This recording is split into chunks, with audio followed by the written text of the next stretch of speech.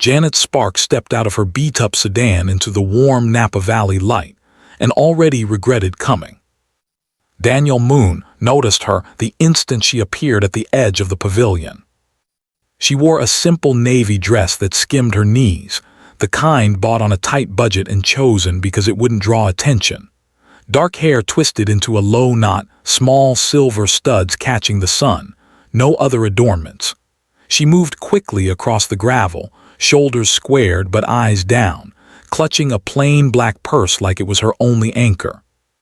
She had driven 3 hours from San Francisco out of lingering family duty. Her cousin Lauren's wedding invitation had sat on her kitchen counter for weeks, guilt slowly winning the argument. They hadn't spoken properly in years. Showing up felt like closing an old chapter she wasn't sure she wanted finished. Hi family, I need you to please help subscribe and watch my video to the end. Please remember to subscribe to my channel. Let us continue. Daniel stood near the front, charcoal suit tailored sharp enough to look effortless, collar open by one button, hands in his pockets. At 34, he was used to rooms shifting around him, people gravitating, then retreating when they realized he didn't play the game the way they expected. Tech founder, early wealth, late-night decisions that changed industries. Today he was best man to his college roommate, which meant standing here pretending the ceremony was the most important thing on his calendar. It was, but obligation was obligation. Their eyes locked before either had taken another step. Janet had glanced up to locate an empty seat.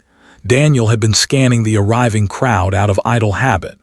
The connection was brief, 2 seconds at most, but sharp. Her gaze widened slightly, startled by the directness of his. His stayed steady, dark and unreadable, taking in the flush that climbed her throat before she dropped her eyes and hurried toward the back row. She chose the last seat on the aisle, closest to the exit, and sat immediately, smoothing the dress over her legs with careful hands.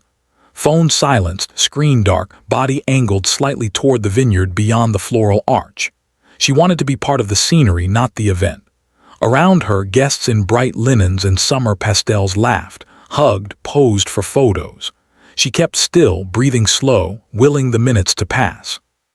Daniel didn't move from his spot.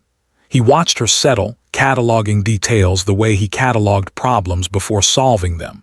The deliberate way she avoided looking at anyone, the faint tension in her shoulders, the single strand of hair that had already escaped her knot and curved against the side of her neck.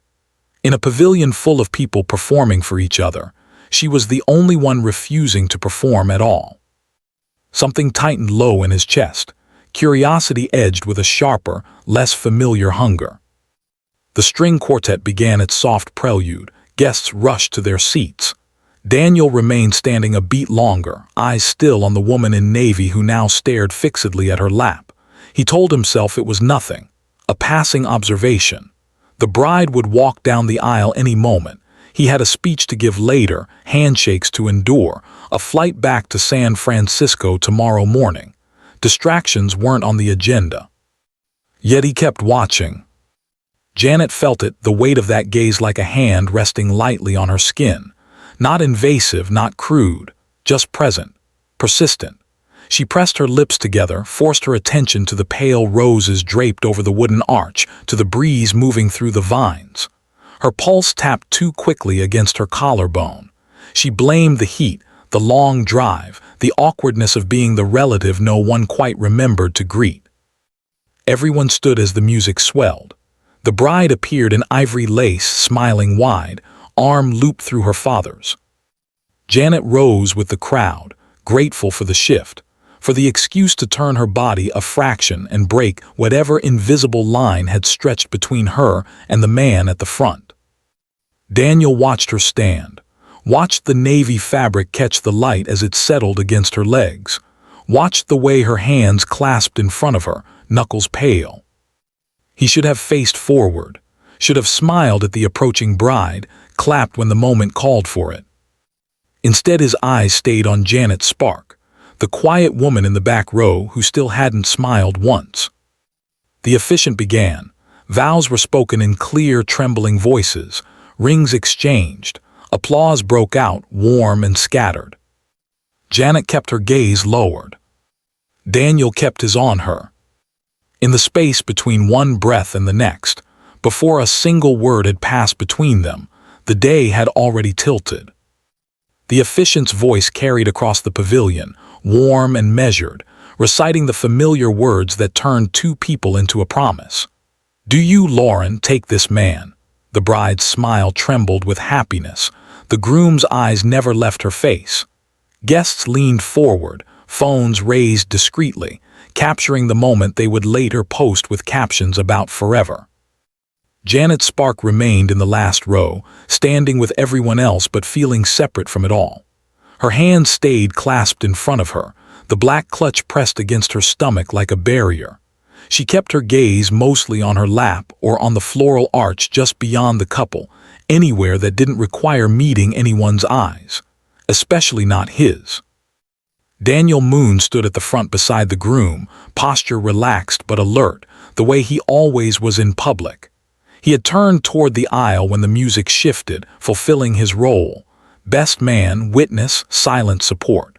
But as the vows began, his attention drifted. Every few seconds his eyes found her again. She hadn't moved from her spot. While others swayed slightly to the music or dabbed at tears or whispered to their neighbors, Janet stayed perfectly still. No smile touched her lips, no nod of approval, just quiet observation as though she were watching a scene she wasn't part of. The navy dress caught the shifting light as the sun dipped lower, turning the fabric almost black in places, soft midnight blue in others. A single strand of hair continued to brush her neck. She didn't tuck it away. Daniel told himself he was simply scanning the crowd, old habit from boardrooms where reading the room meant reading the people. But his gaze kept returning to the same place, the woman who refused to perform. When the bride laughed at something the groom whispered during their exchange of rings, a small, private sound that drew soft chuckles from the front rows, Daniel's eyes slid back to Janet. She didn't laugh. She didn't even lift her head. Her lips parted slightly, as though she were breathing through the moment rather than feeling it. He wondered what it would take to make her smile. The thought arrived uninvited and lodged there. The officiant pronounced them husband and wife. Applause erupted, loud, joyful, scattered with cheers and whistles. Everyone stood taller, clapping harder. Janet joined the motion mechanically, palms meeting in soft, measured beats. Her eyes stayed lowered. Daniel clapped once, twice, then let his hands fall to his sides. He watched her through the noise. As the couple kissed, long enough to earn more cheers, Janet shifted her weight, preparing to sit again. The moment the applause began to fade, she moved. She didn't wait for the recessional music or the bridal party to file out. While others lingered, taking photos or hugging, she slipped toward the side of the pavilion where a narrow path led to the vineyard beyond. A small door, more decorative than necessary, stood half open. She passed through it without looking back, disappearing into the golden light outside the ceremony space. Daniel saw it happen. He could have turned away, should have. The groom was already turning toward him with a wide grin, ready for the first fist bump of married life. Guests were surging forward to congratulate the couple. Daniel's place was here, at the center of it. Instead, he tracked her exit. The navy dress caught one last flash of sun before she vanished down the path.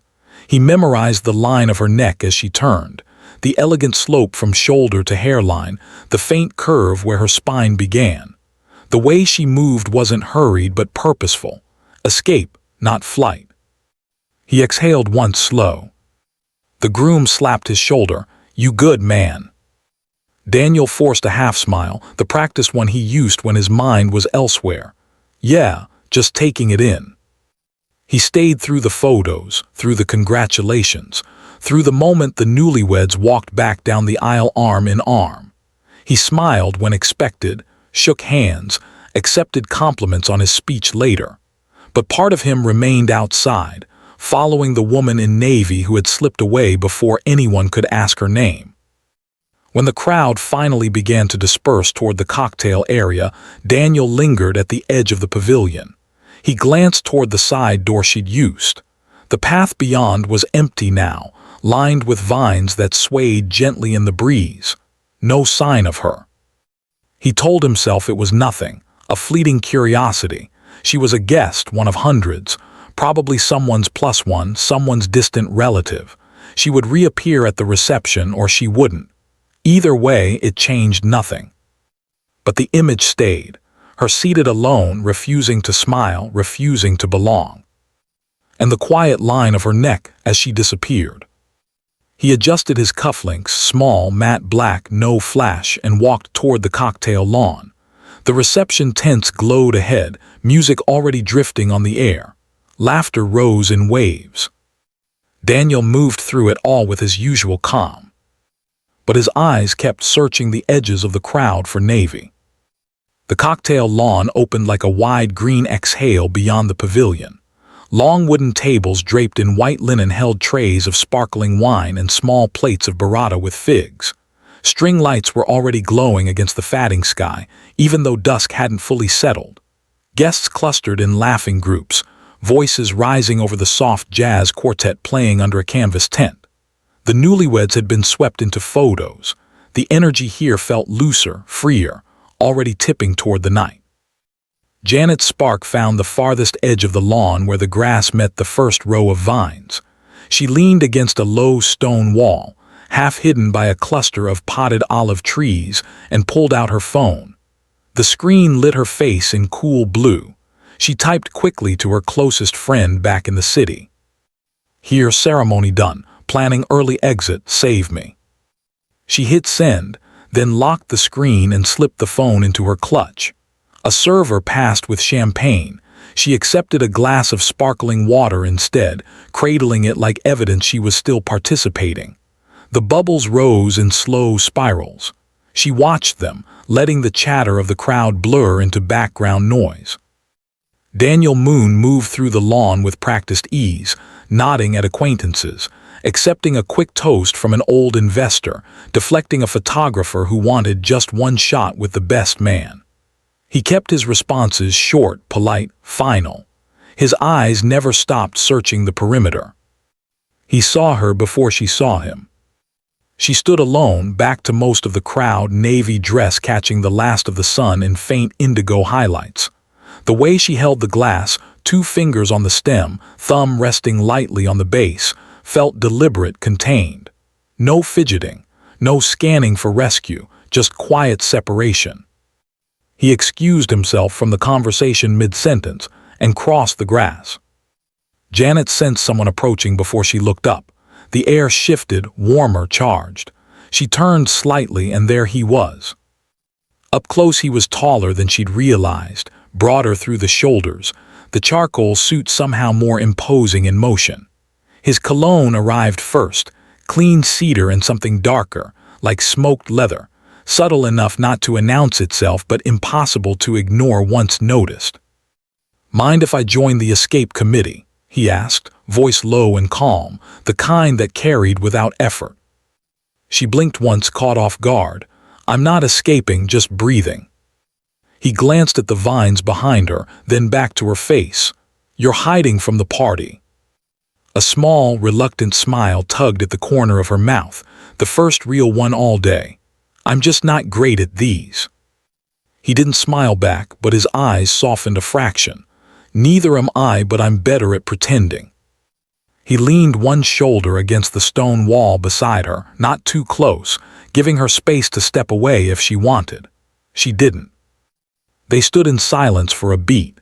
The jazz quartet shifted to something slower, a saxophone threading through the evening air. Laughter spiked somewhere behind them, then faded. "You're Lauren's cousin," he said, not a question. Janet nodded. "Janet." "Daniel." She already knew his name, had overheard it during the ceremony when the groom called for the ring, but hearing him say it felt different, personal. She took a small sip of water, mostly to steady herself. "You're the best man," she said, stating the obvious because her mind had gone blank on anything clever. "I am." He tilted his head slightly. Though I'm starting to think the real job is keeping an eye on the people who don't want to be seen. Her cheeks warmed again. She looked down at her glass. That's specific. I noticed things. His tone stayed even, no flirtation, just fact. You haven't smiled once today, not even during the vows. She exhaled a quiet laugh, surprised, almost self-conscious. Was I supposed to? Most people do, you didn't. She met his eyes then, really met them. Dark brown, steady, no mockery, just observation, curiosity. Maybe I'm not most people, she said softly. He studied her for a long second. No, you're not. The words landed heavier than they should have. She felt exposed, but not in a bad way, more like someone had finally seen the version of her she usually kept tucked away. They talked in short, careful sentences after that. Nothing deep, nothing forced. He asked about the drive from the city. She asked how he knew the groom. He mentioned late-night coding sessions in college. She mentioned growing up with Lauren's endless energy and wondering how they'd ever been close. 10 minutes passed like 10 seconds. She was surprised how easy it felt, how the conversation didn't demand performance from either of them. He didn't fill silence with jokes or compliments. She didn't feel pressured to be charming or bright. He was surprised by how much he wanted to keep her talking, how the rest of the lawn, the glittering guests, the clinking glasses, the congratulations, faded into irrelevance the longer they stood here. A server passed again, offering canapés. Daniel declined with a small shake of his head. Janet did the same. "You're really planning to leave early?" he asked. She glanced toward the parking lot, invisible beyond the vines. "I was." "Was," he repeated, the word quiet but deliberate. She looked back at him. Something in his gaze made her breath catch, just for a second. "Maybe I'll stay for one drink," she said. He nodded once slow. One drink. The jazz quartet slid into another song. The sky deepened to indigo. Somewhere behind them, fireworks were being prepared for later, small pops testing in the distance. Neither of them moved from the wall. For the first time all day, Janet didn't feel like disappearing. And Daniel realized he wasn't pretending anymore. The jazz quartet eased into a slower tempo, the saxophone lingering on long, velvet notes that drifted across the lawn like smoke. The sky had darkened to deep twilight. The string lights overhead glowed warmer now, casting soft pools of gold on the grass. Guests began drifting toward the main reception tent where the dance floor waited, already lit with uplighting in soft amber and rose. Janet still leaned against the stone wall, the empty water glass forgotten in her hand. Daniel stood beside her, close enough that she could feel the faint warmth radiating from his body, but not so close that it felt like intrusion. The silence between them wasn't awkward. It was comfortable, almost deliberate. Neither rushed to fill it. From inside the tent, the DJ's voice cut through the music. "All right, everyone, time to get this party started. We're calling the bridal party to the floor for their first dance. Groom and best man, where are you?" A ripple of laughter and applause followed. Heads turned toward the lawn, searching. Daniel didn't move at first. His eyes stayed on Janet. She glanced toward the tent, then back at him. "You're being summoned," she said quietly. He exhaled through his nose, the sound almost a laugh. "I heard." She tilted her head slightly. "You're not going." "Not yet." He pushed off the wall, straightening. "Dance with me." The words landed simple and direct. No flourish, no pleading smile, just fact. Janet's breath caught. "What?" "One song, then you can disappear again." His voice stayed low, steady. "The bridal party dance is next. I'm supposed to take the maid of honor. I'd rather it be you." She looked toward the tent again. The maid of honor, Lauren's college roommate, bright blonde hair and sparkling laugh, was already waving at the crowd, searching for him. Guests were clapping, encouraging. Janet's fingers tightened on the glass. "I don't dance at weddings." "You don't have to be good at it." He extended his hand, palm up. "Just stand with me." She stared at his hand, long fingers, clean nails, no rings. Then at his face. No pressure in his expression, only quiet certainty. Something inside her shifted, not surrender but curiosity, or maybe the opposite of fear. She set the glass on the wall and placed her hand in his. His fingers closed around hers, warm, firm, not crushing. He led her across the grass toward the tent without hurry, without drawing attention. Heads turned as they passed, but he didn't acknowledge them. She kept her eyes forward, pulse loud in her ears.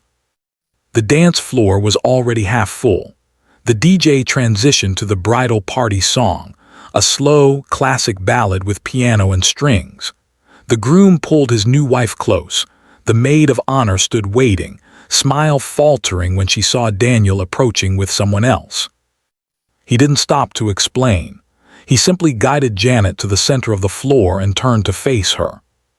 One hand settled low on her back, right above the small of her waist, fingers splayed just enough to feel possessive without crowding.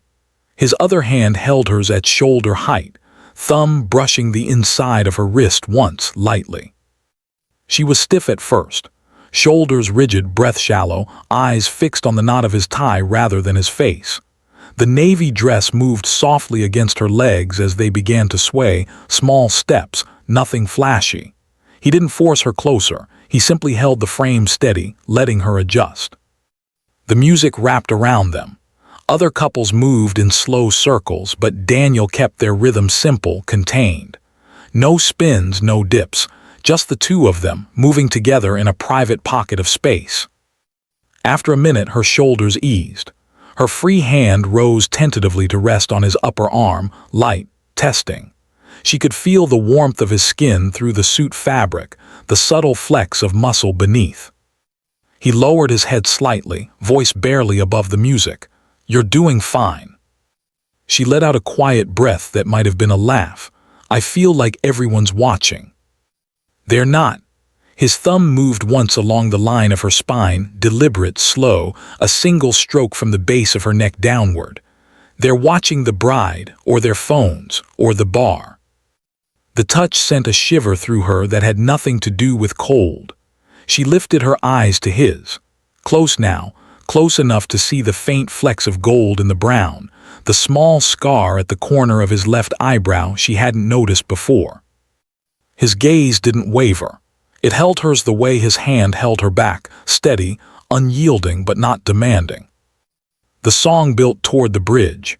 Around them, couples swayed closer, lost in their own moments.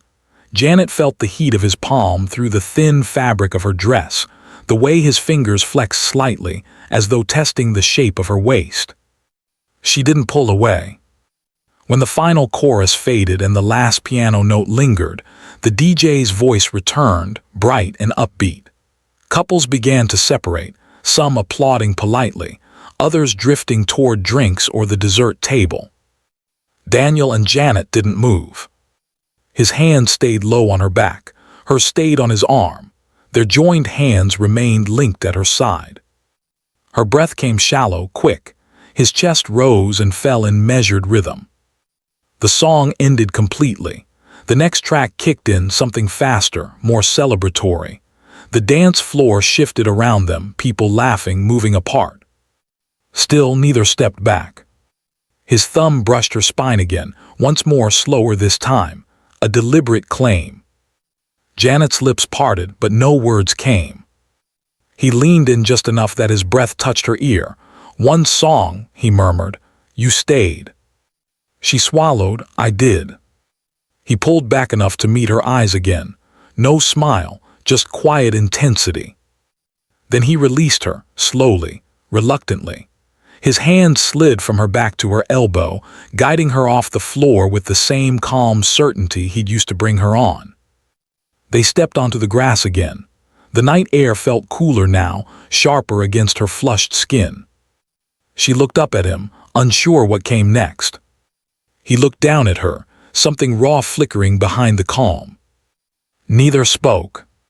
The music pulsed on behind them. But the moment on the dance floor had already changed everything. The music pulsed louder behind them as they stepped off the dance floor, the fast tempo chasing them into the cooler night air. Janet felt the absence of his hand on her back like a sudden drop in temperature. Her skin still held the memory of his palm, warm, steady, deliberately placed. She walked beside him without speaking, matching his unhurried stride across the grass toward the quieter side of the property. They passed the edge of the reception tent where laughter and clinking glasses spilled out, then followed a narrow stone path that curved between rows of climbing roses. The blooms were heavy with evening dew, pale pink and cream petals glowing faintly under scattered path lights. The noise of the party dulled to a distant hum. No one else was out here, just the two of them and the soft rustle of leaves in the breeze. Daniel stopped near a low stone bench half hidden by foliage. He didn't sit. Neither did she. They stood facing each other, the path light casting long shadows across his face, sharpening the line of his jaw. Janet broke the silence first, voice quieter than she intended. "Why me?" He tilted his head slightly, waiting for her to clarify. She gestured vaguely toward the tent behind them. "Half the room wants your attention. The maid of honor was waiting. People keep looking for you, and you're out here talking to the cousin no one remembers." His expression didn't change, but something flickered in his eyes, something unguarded for the first time all night. "Because you're the only one who doesn't want it." She blinked. "That's rare," he added, voice low and blunt. "Most people see the suit, the name, the story they've read online. They lean in. You lean away, I noticed." Janet let out a small, surprised laugh, the sound soft, almost private. It was the first real one he'd heard from her, unguarded and brief, like sunlight breaking through clouds. The sound pulled at something in his chest. "You make it sound like a virtue," she said. "It is." He took one step closer, narrowing the space between them without crowding her. "I've spent years surrounded by people who want something from me. Attention, investment, a photo, a favor. You didn't even want to be seen. That's different." She looked up at him then, really looked. The path light caught the gold flecks in his eyes again, made the scar at his eyebrow stand out faintly. "I've been watching you all day, Janet." Her breath hitched. She hadn't told him her full name earlier, just Janet. "You know my name." I asked, simple, no apology. "Lauren's cousin, Janet Spark, marketing coordinator, lives in the Mission District, drives a silver sedan that's seen better days." She stared at him, pulse jumping. "You looked me up." "Guest list," he shrugged one shoulder. "I'm good at details." The air between them thickened. She felt exposed, not violated but seen in a way that made her skin prickle. No one had ever paid attention to her like this, deliberate, quiet, thorough. He stepped closer still, close enough now that she could feel the heat coming off him again, smell the faint cedar of his cologne mixed with the roses around them. "You're not used to being noticed." It wasn't a question. She swallowed, "Not like this." His gaze dropped to her mouth for half a second, then returned to her eyes. "Good." The single word landed heavy, "hungry."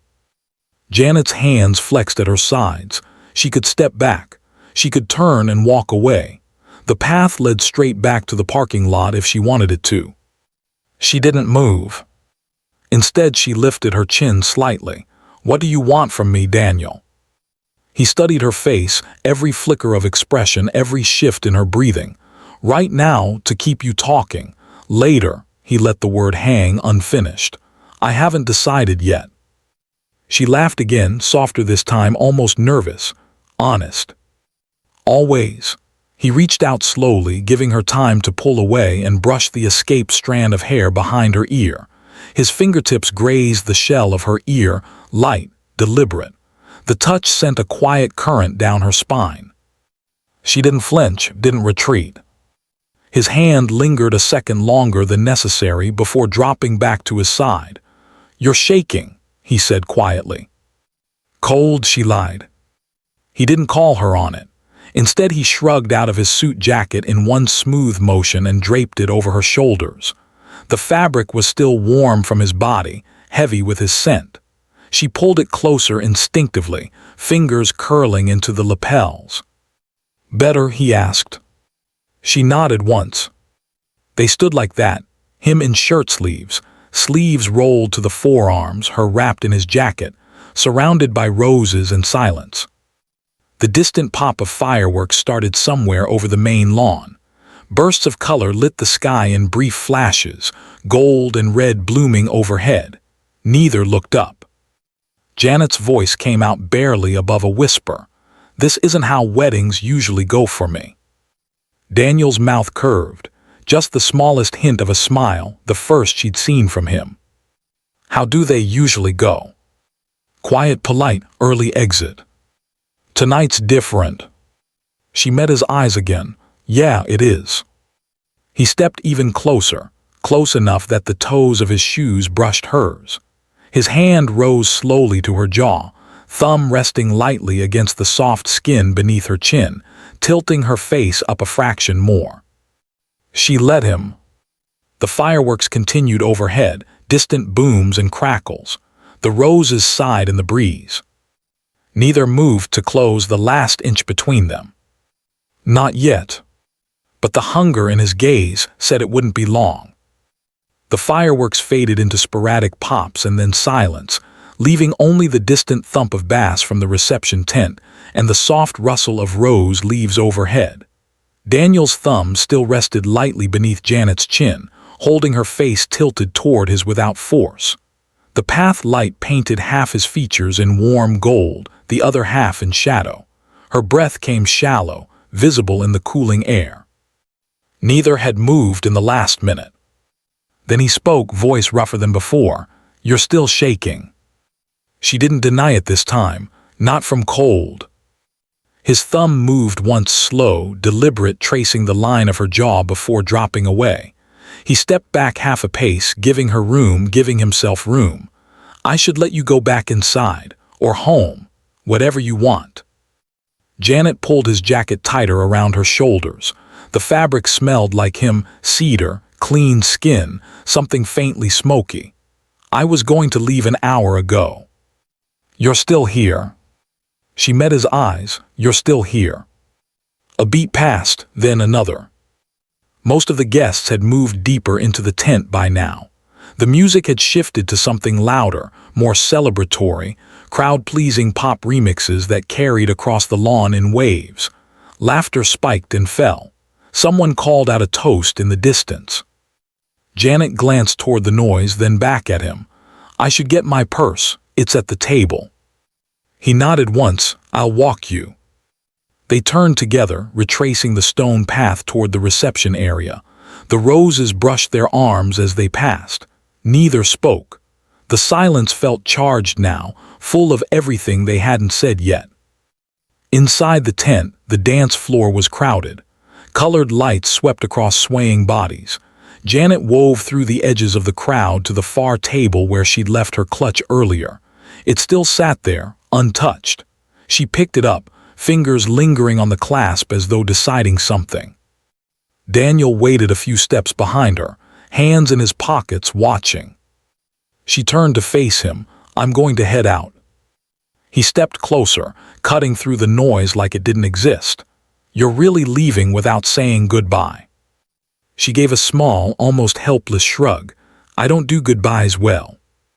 He moved into her space, not crowding, but close enough that the rest of the room blurred. She could smell his cologne again, feel the heat coming off his chest through the open collar of his shirt. Her pulse hammered at the base of her throat. "Then don't say it," he murmured. Before she could answer, he leaned down and kissed her. It started slow, testing, careful. His lips brushed hers once, soft, questioning, giving her every chance to pull back.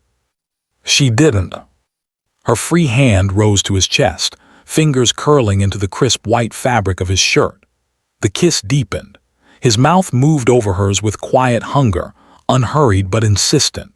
One hand slid to the nape of her neck, fingers threading into the low knot of her hair, tilting her head just enough to fit them together better. The other settled at her waist, pulling her flush against him beneath the cover of his jacket still draped over her shoulders. Heat bloomed low in her stomach. Her lips parted on a soft sound she couldn't quite suppress. He took the invitation, tongue brushing hers in a slow, deliberate stroke that made her knees weaken. She fisted his shirt tighter, anchoring herself.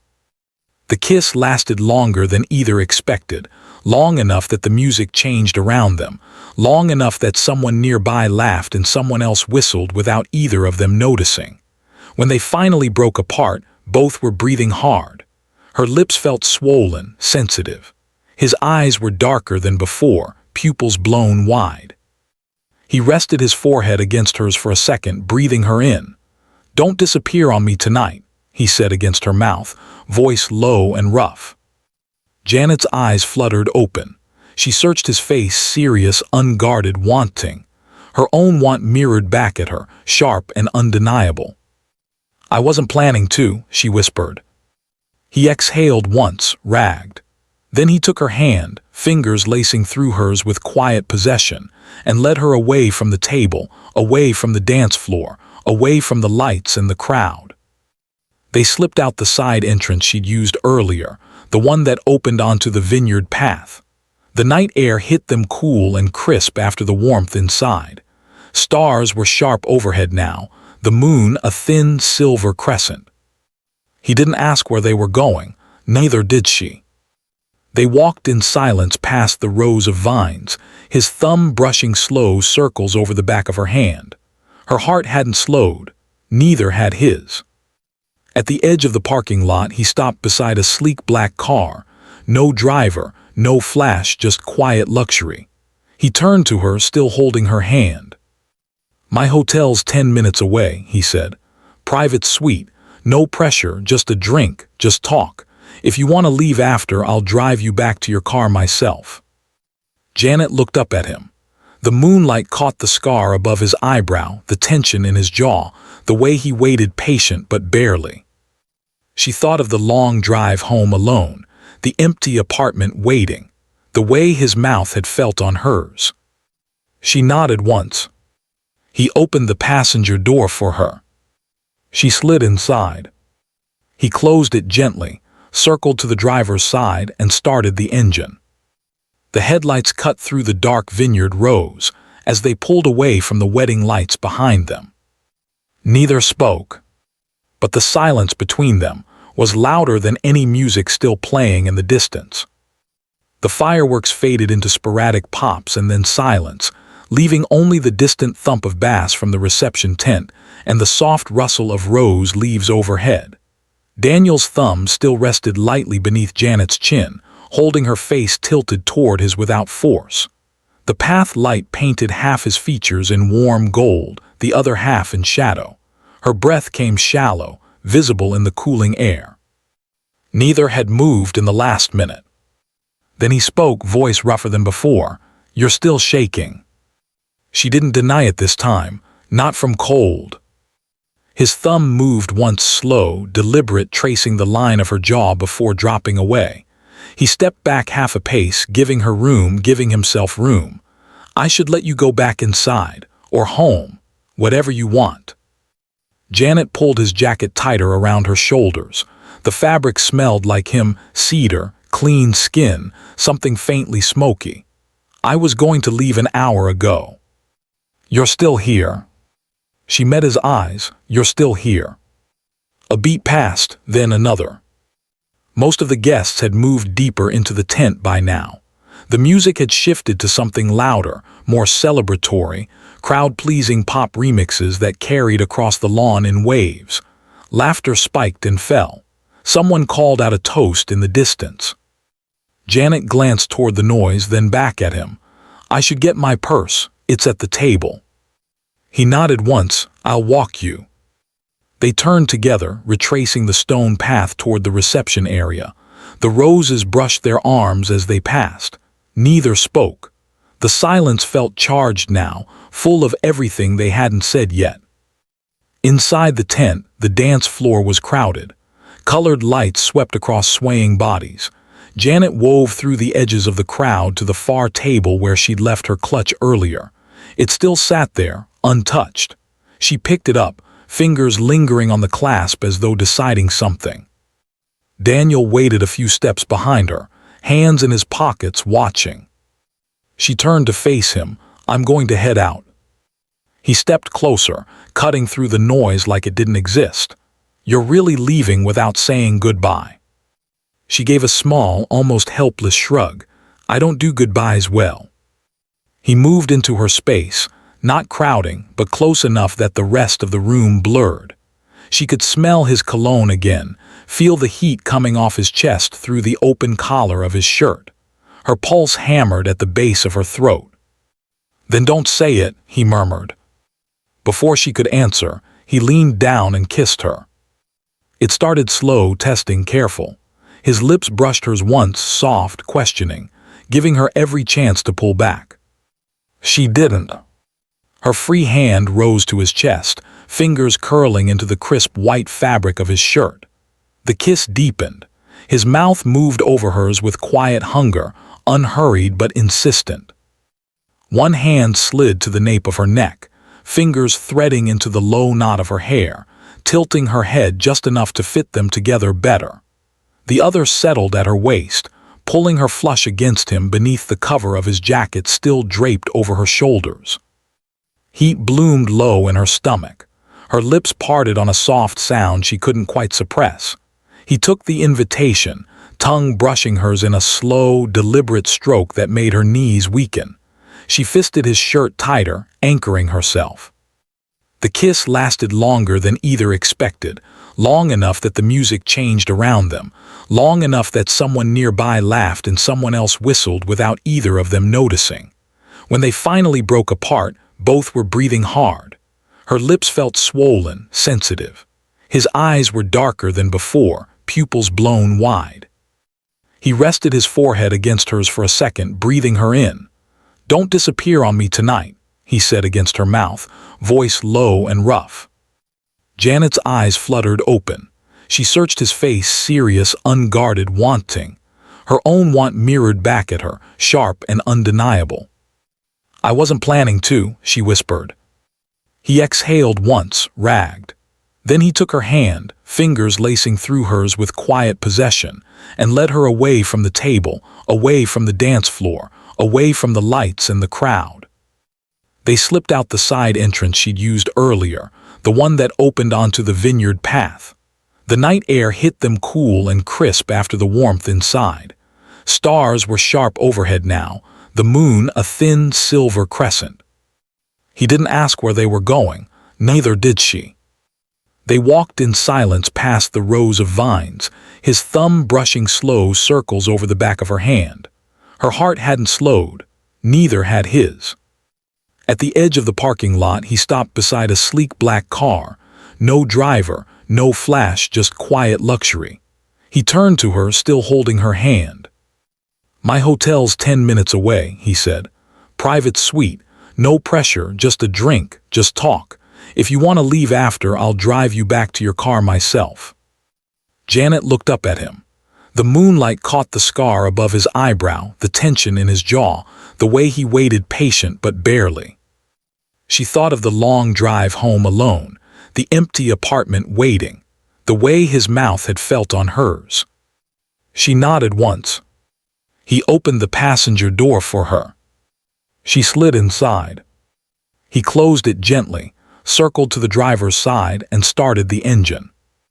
The headlights cut through the dark vineyard rows as they pulled away from the wedding lights behind them. Neither spoke, but the silence between them was louder than any music still playing in the distance. The black car glided smoothly out of the vineyard's private drive, headlights slicing through the dark rows of grapevines before turning onto the quiet two-lane road. Inside, the only sounds were the low hum of the engine and the soft rush of air through the vents. Janet sat with Daniel's jacket still wrapped around her shoulders, fingers curled loosely in her lap, the clutch resting forgotten on her thigh. She stared through the windshield at the passing night, stars sharp above the hills, moon a thin silver blade. Daniel drove with one hand on the wheel, the other resting on the center console, close enough that she could feel the warmth of it but not touching her. He didn't speak, Neither did she. The silence wasn't tense. It was thick with everything that had already happened on the dance floor and in the rose garden and against her mouth minutes earlier. 10 minutes later, the car slowed and turned into a discreet driveway lined with low lanterns. The boutique hotel was small, only 12 suites, tucked against a hillside overlooking the valley. No grand entrance, no valet swarm, no red carpet, just quiet stone walls and climbing ivy lit by soft uplighting. Daniel parked in a reserved spot near the side entrance and cut the engine. The sudden quiet felt louder than the music they'd left behind. He turned to her. "No pressure," he said again, voice low. "We can sit in the lounge, we can talk on the balcony, or I can drive you straight back to your car, your call." Janet looked at him, really looked. The dashboard lights painted faint blue across his cheekbones, caught the tension in his jaw, the careful way he held himself back. She thought of the long drive home to an empty apartment, the way her phone would stay silent until Monday morning, the way his kiss still lingered on her lips like a brand. "I want to stay," she said quietly. He exhaled once short, relieved, and nodded. They walked inside together. The lobby was empty except for a single night clerk who barely glanced up from his screen. Daniel gave a small nod. The clerk returned it and handed over a key card without a word. No check-in, no questions. Clearly not his first time here. The elevator ride was silent. When the doors opened on the 4th floor, he led her down a short hallway to the last door. He swiped the card, pushed it open, and stepped aside to let her enter first. The suite was understated. Warm wood floors, cream walls, floor-to-ceiling windows overlooking the dark vineyard below. A low sofa faced the view, a small bar cart stood in the corner, a balcony door stood ajar letting in cool night air. No crystal, no excess, just quiet luxury. Daniel closed the door behind them with a soft click. "Drink?" he asked.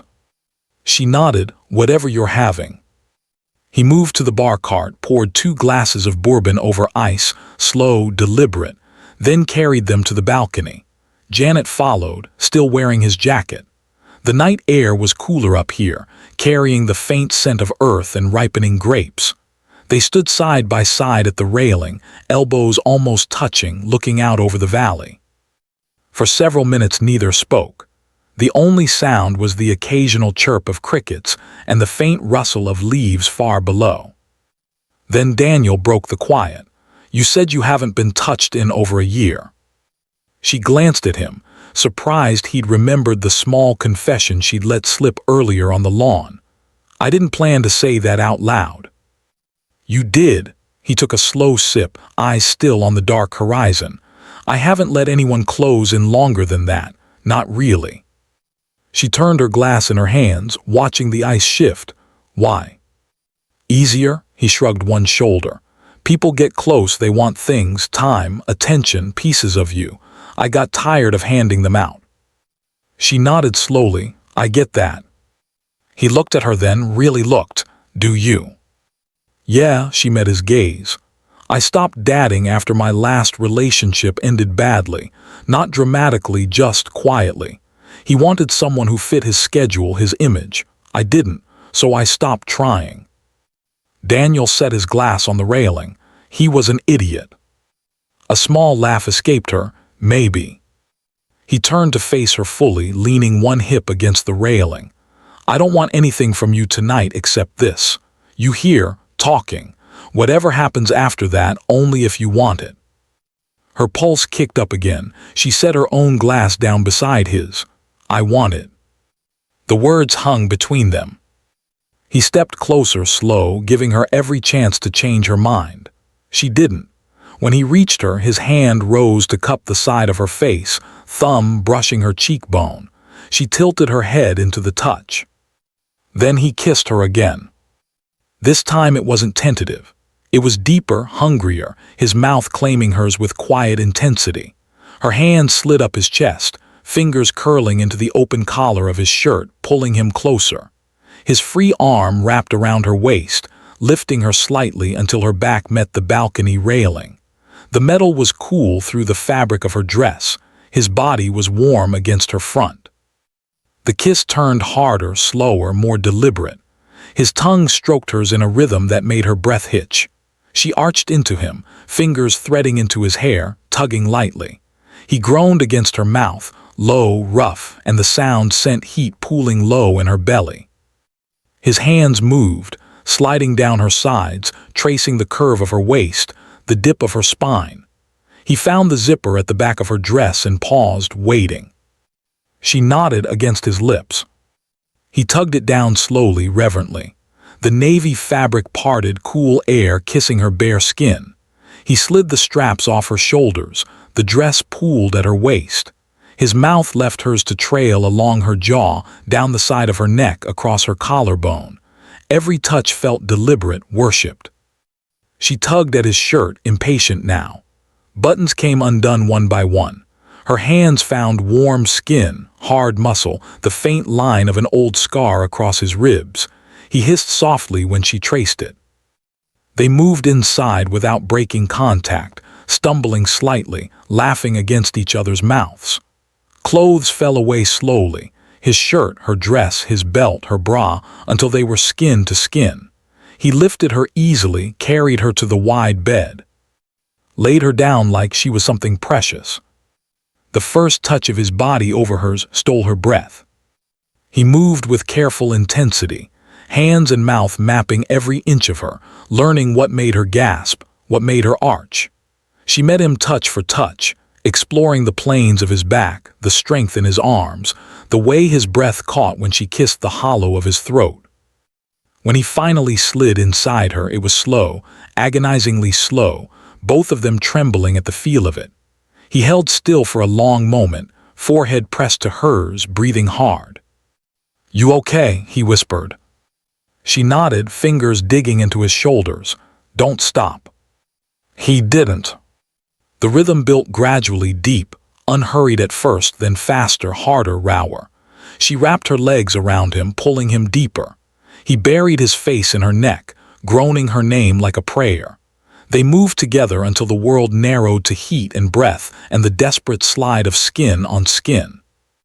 When release hit, it hit them both at once, shattering, overwhelming. She cried out softly against his shoulder. He groaned her name again, low and broken, holding her tight as they rode it out together. They stayed like that, bodies tangled, breathing ragged, long after the tremors faded. He kissed her temple, her cheek, the corner of her mouth, soft now, reverent. She turned her face into his neck, inhaling the scent of him, sweat, cedar, bourbon, intimacy. Neither spoke for a long time. Outside, the valley slept under stars. Inside, something new had already begun. Sunlight slipped through the half-closed balcony curtains in thin, pale stripes, painting the rumpled sheets gold. Janet woke slowly, awareness returning in fragments. The unfamiliar weight of an arm across her waist, the steady rhythm of breathing against her shoulder, the faint ache between her thighs that reminded her exactly how the night had ended. She opened her eyes.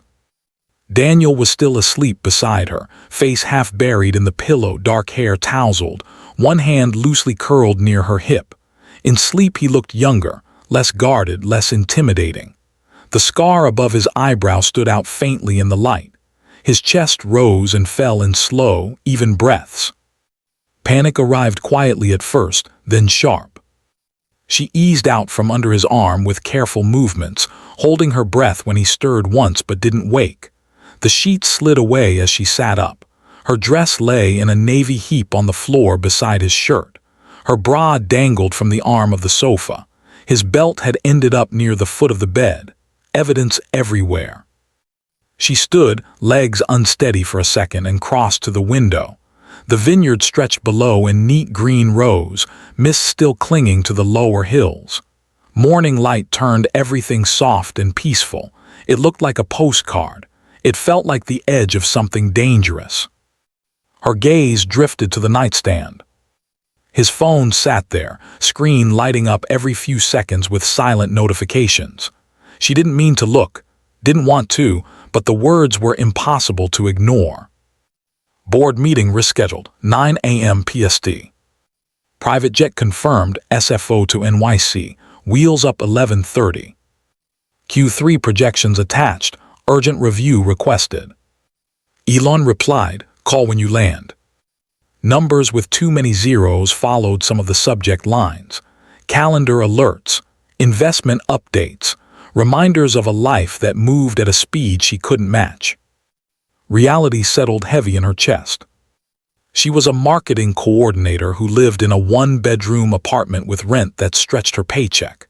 He was Daniel Moon, tech founder, billionaire, man whose name appeared in headlines she scrolled past on her lunch break. Last night had felt real. This morning it felt like a dream she'd wandered into by mistake. She dressed quietly, navy dress zipped with shaking fingers, shoes slipped on, hair smoothed back into a rough knot. She found a hotel notepad and pen on the desk. Her hand hovered over the page for a long moment. Then she wrote, "Thanks for last night. Take care, Daniel. Janet." Short, polite, final. She placed the note beside his phone, weighting it with the empty bourbon glass from the balcony. Then she picked up her clutch, slipped his jacket off her shoulders, and folded it neatly over the back of the sofa. She glanced at him one last time. He hadn't moved, still sleeping, still peaceful. She turned away before the ache in her throat could turn into something else. The door closed behind her with a soft, final click. The hallway was empty. The elevator ride down felt endless. In the lobby, the same night clerk was gone. A different woman smiled politely and wished her a good morning.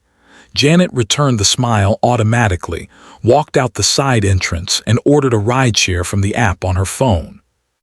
The car arrived in 8 minutes.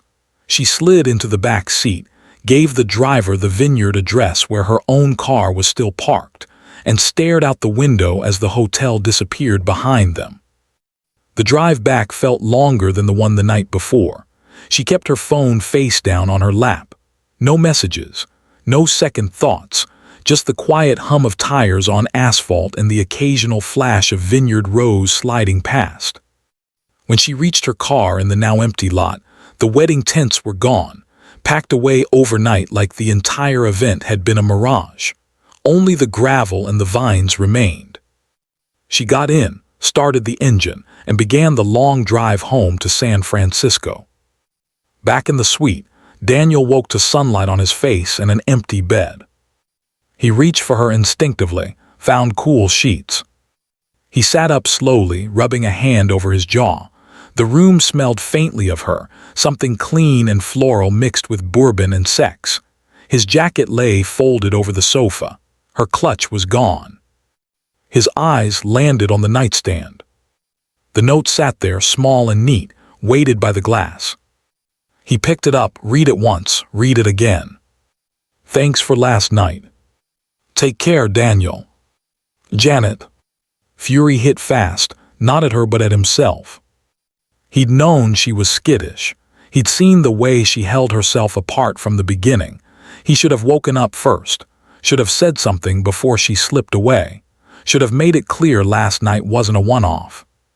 He crumpled the note in his fist, then smoothed it out again, staring at her handwriting. He already knew he wasn't letting this end here. He reached for his phone, notifications still waiting. He ignored them. Instead, he opened his contacts, scrolled to the groom's number, his best friend now married, and hit call. It rang twice. "Morning, man," the groom answered, voice thick with sleep and champagne. "You disappeared last night." "I need a favor," Daniel said without preamble. A pause, then a low laugh. "This about Lauren's quiet cousin, Janet." Daniel's jaw tightened. "Yeah. Figured. Lauren said she left early, didn't say goodbye to anyone. I need her number or her address, something." Another pause. "You sure?" "I'm sure." A sigh. "Hang on. Lauren's got the guest list. I'll text you what I can get." "Thanks." He ended the call. Then he stood, walked to the balcony, and looked out over the valley. The mist was burning off. The day was bright and clear. 2 weeks, he thought. He'd give her space, let her settle back into her life. Then he was coming for her. Because last night hadn't been casual. And he wasn't finished. 2 weeks passed like a held breath. Janet returned to her life in San Francisco with mechanical precision. She woke at 6:45 every morning, brewed coffee in the same chipped mug, scrolled through emails while the city woke outside her narrow window. Work was steady, campaign briefs, client revisions, team Slack threads that never quite included her in the after-hours chatter. She smiled at coworkers in the hallway, nodded at the right moments in meetings, answered questions with calm competence. No one asked why she seemed quieter than usual. No one noticed the faint shadows under her eyes or the way she checked her phone less often than before. She told herself the wedding had been a single night, a beautiful, reckless deviation, nothing more. She didn't delete the memory of his hands on her skin, his mouth saying her name like it belonged to him, the way he'd held her afterward as though she might vanish if he let go. She simply boxed it away, deep where it couldn't interrupt the rhythm of her days. On a Thursday evening in late summer, she stepped out of the office building at 6:12, messenger bag slung over one shoulder, hair already escaping its low knot from the day's humidity. The sidewalk was crowded, commuters hurrying toward BART, delivery scooters weaving between pedestrians, the usual city pulse. She saw the black SUV first. It idled at the curb, no driver visible, windows tinted dark enough to hide the interior. Not flashy, just present, unmistakable. Her stomach dropped. The driver's door opened. Daniel stepped out. He wore dark jeans and a charcoal button-down, sleeves rolled to the forearms. No tie, no suit jacket, casual but still carrying that same quiet authority. His eyes found hers immediately across the sidewalk, no surprise on his face, only certainty. Janet stopped walking. People flowed around her like water around a stone. He crossed the distance in long, unhurried strides and stopped a respectful 3 feet away, close enough to speak privately, far enough she could bolt if she wanted. Janet. Her name and his voice hit like a low current. She hadn't heard it in 14 days. It sounded the same, rough-edged, deliberate, and yet different now, carrying the weight of everything that had happened between them. She swallowed. Daniel. He didn't smile, didn't apologize for showing up. I'm not good at letting things I want slip away. She glanced at the SUV, then back at him. How did you find me? Guest list, a call to Lauren. She asked if I was sure I was. Simple, no evasion. Anger flickered through her, sharp, then fatting fast into something more complicated. You could have texted, called. I could have. He took one small step closer. I wanted to see your face when I said it. She crossed her arms, bag shifting against her hip. Said what? That it wasn't one night. His voice stayed low, steady. Not for me. Her breath caught. She looked away toward the traffic, the neon sign across the street flickering to life, then back at him. It has to be. Why?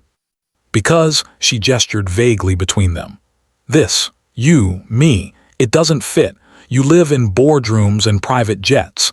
I live in a walk-up with bad Wi-Fi and a landlord who forgets to fix the heat. He didn't flinch. I don't care about fitting. You should. I don't. They stood there on the sidewalk, people brushing past, horns sounding in the distance. Neither moved. She tried again, quieter. I left a note that was goodbye. I found it. His jaw tightened for the first time. I didn't like it. A small, helpless laugh escaped her. You don't get to decide that. I'm not deciding. He held her gaze. I'm asking.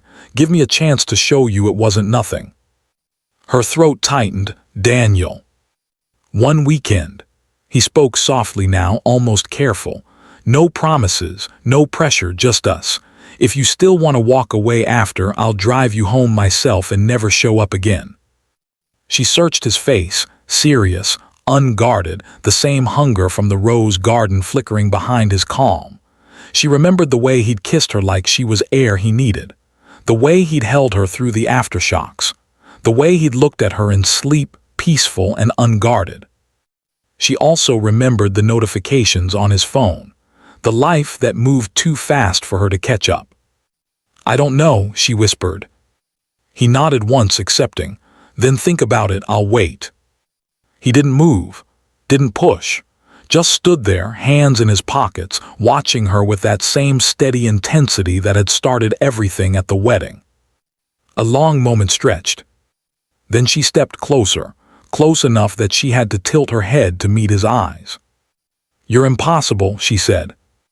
The corner of his mouth lifted, just a fraction. "I've been told." She exhaled, shaky. "One weekend." His eyes darkened. "One weekend." They argued for another minute, right there on the sidewalk, about logistics, about her car, about whether she needed to pack anything. The argument was short, heated, familiar in a way that surprised her. When it ended, she was in the passenger seat of his SUV, bag on her lap, heart hammering. He pulled away from the curb. Neither spoke at first. Then he reached over, took her hand, and laced their fingers together on the center console. She didn't pull away. The city lights blurred past the windows as they headed toward the bridge. 2 weeks of silence had ended. Something else, something fiercer was beginning. The SUV crossed the Bay Bridge in silence, city lights streaking past the windows in long silver lines. Janet's hand stayed in Daniel's, fingers still laced together on the center console. Neither spoke. The radio played low, something instrumental, soft piano and strings that matched the quiet rhythm of their breathing.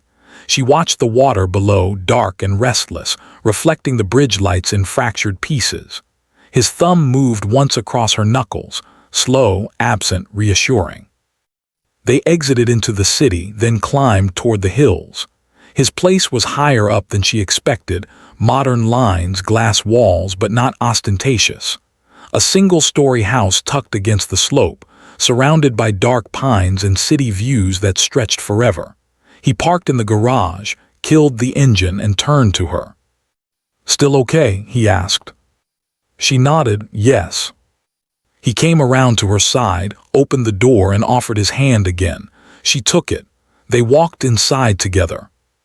The house was quiet, warm wood floors, low lighting, floor-to-ceiling windows that made the city feel close enough to touch.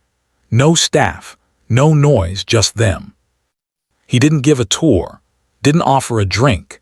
He simply led her through the living room, past the open kitchen, down a short hallway to the master bedroom. The bed was wide, sheets already turned down. Moonlight spilled across the comforter in pale silver bands. He stopped at the foot of the bed, turned to face her, and cupped her face with both hands. "No labels tonight," he said quietly. "No promises, just us." She searched his eyes. "Just us." He kissed her then, slow, deep, familiar now, but no less devastating. Her hands slid under his shirt, palms flat against warm skin. Clothes came off without hurry, his shirt first, then hers, jeans, underwear, until they stood bare in the moonlight.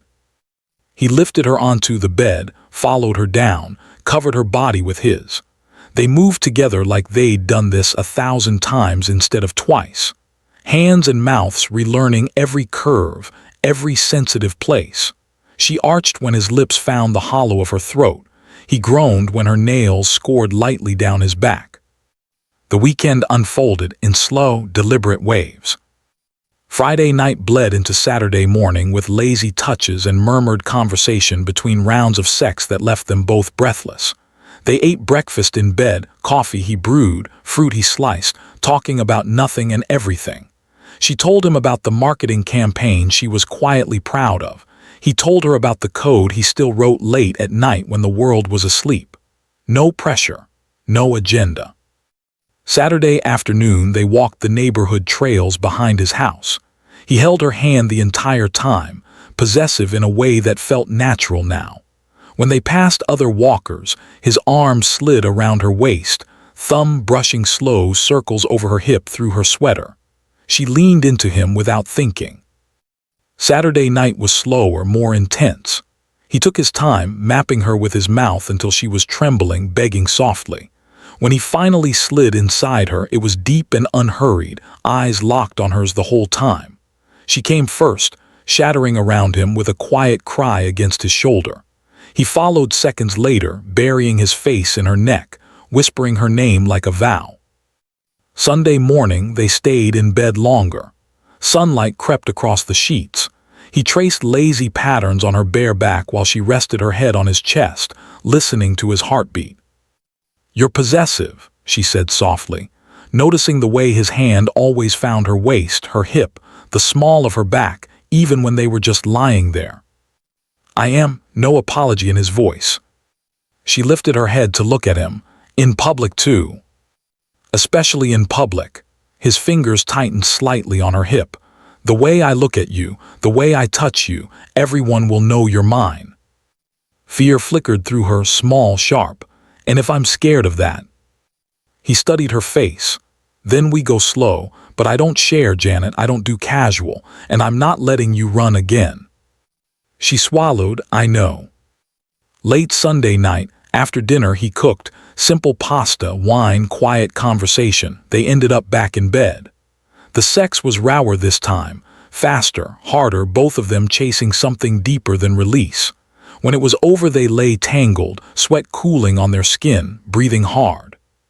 He rolled half over her, forearm braced beside her head, other hand cupping her jaw. His voice was rough against her throat. "I don't share, I don't do casual, and I'm not letting you run again." She felt the words settle into her bones, scared, wanting, ready. "Then don't let me," she whispered. He pulled her closer, bodies still joined in the afterglow, mouth brushing her ear. "You're mine now, Janet, say it." She hesitated, one last breath of resistance, then let it go. "I'm yours." He exhaled against her skin, ragged, relieved, and kissed her slow, deep claiming.